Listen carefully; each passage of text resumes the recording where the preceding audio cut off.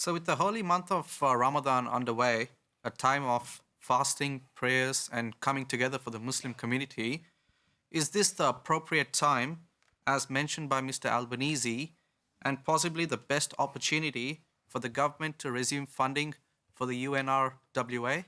Yes, so UNRWA, that's the aid agency for Palestinians. Ed Husic, I might start with you there. Well, the biggest thing that needs to be front and centre here is that children over there are starving in Gaza. People are without food, water, medicine, and there is a concern of a further loss of life as a result of Israel's military operations in Gaza.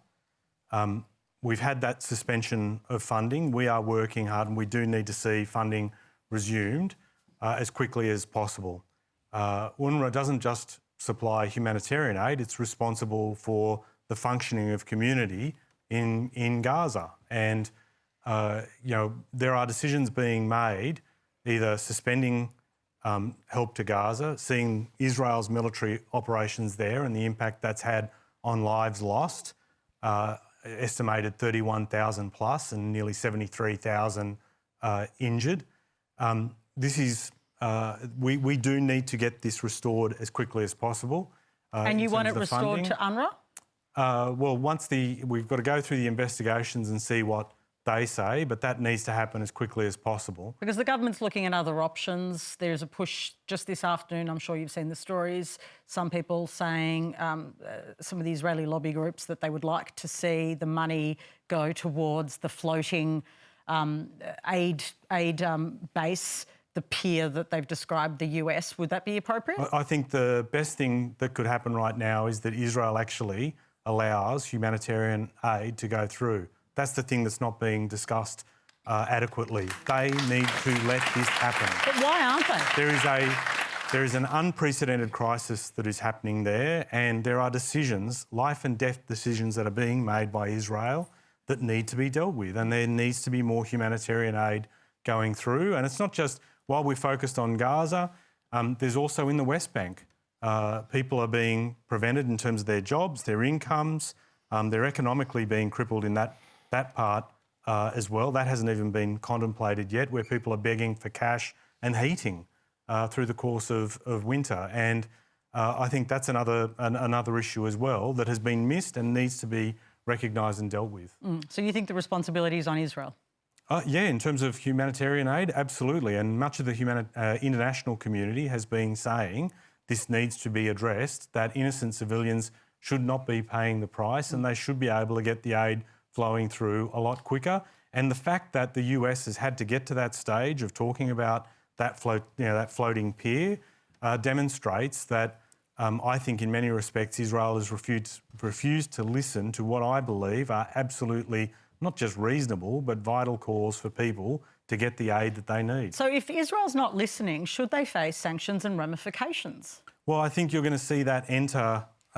You'll see that enter into the public debate increasingly. Do you think that we need to start having that conversation? It's not up to me to be floating, those type of discussions. But the point for me is to say certainly that we need to see Israel take a different position when it comes to the flow of humanitarian aid. There are at least 7 different points at which that aid could come through, not least of which being through Rafah, and that needs to be improved.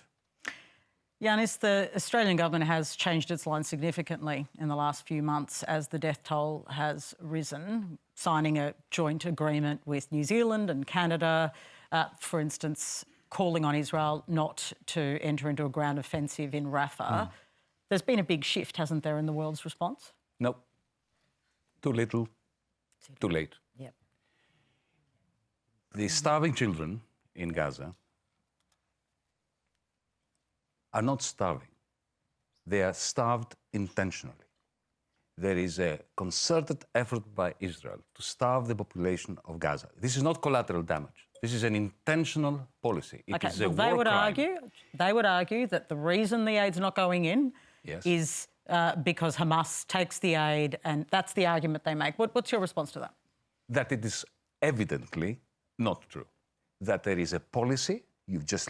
All you need to do is to listen to Israeli television, to listen to Israeli ministers being very clear that they are not letting aid in as a means of starving the population to submission until Hamas lays down their arms, half of the population leave and go to Egypt. By denying this funding to the United Nations, the only aid agency that can actually bring aid into Gaza, because you can bring it to the shores of Gaza, but how is it going to be distributed? The only agency is that. And defunding it, which is what your government did, on the basis of an unsubstantiated... They paused the funding. Well, that's the funding. Yeah? When you have kids starving to death, and you pause, you are defunding the amelioration of the starvation of those children. And therefore, in my view, the image of Australia has been irreparably damaged by this. And now beginning to fund again an organization which can't bring the food in because the Israeli Defense Force is not letting them bring it in. It's not that they're not even letting the Americans bring it in. This is the time for boycotting, sanctioning and divesting from Israel. And we need to do it on behalf of progressive Israelis who are suffocating in Israel as we speak, because they can see that the whole world is looking upon Israel as the source of war crimes. We need to make sure that Israeli progressives and humanists do not continue to flee, because they're leaving the country, and they will surrender the country to the zealots and the ultra-Zionists who will make Israel uninhabitable.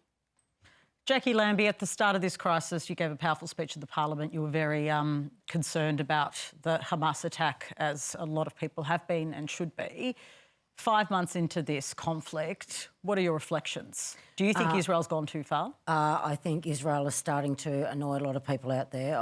They're sitting right on the line. They're about to go over it if they don't do something. You don't think they've crossed it yet?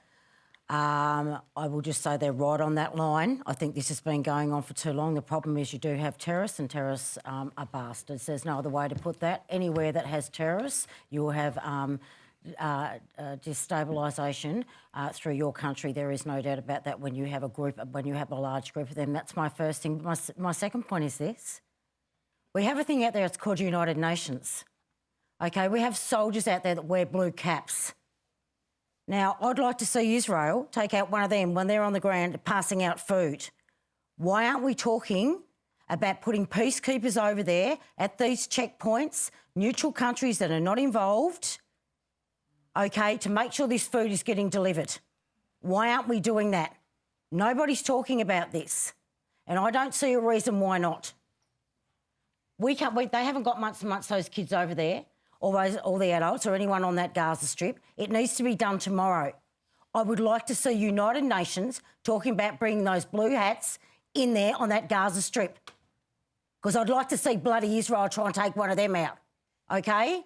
Joe Biden will veto it again, as he's vetoed every move towards a humanitarian direction since the beginning.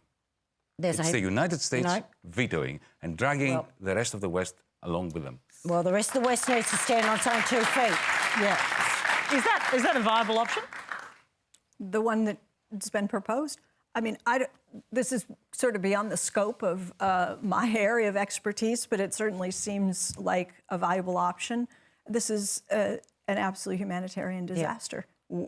Every day that passes is another day of lost lives, and I mean, there's no doubt but that there is an urgent need to act on this, to bring this to an end.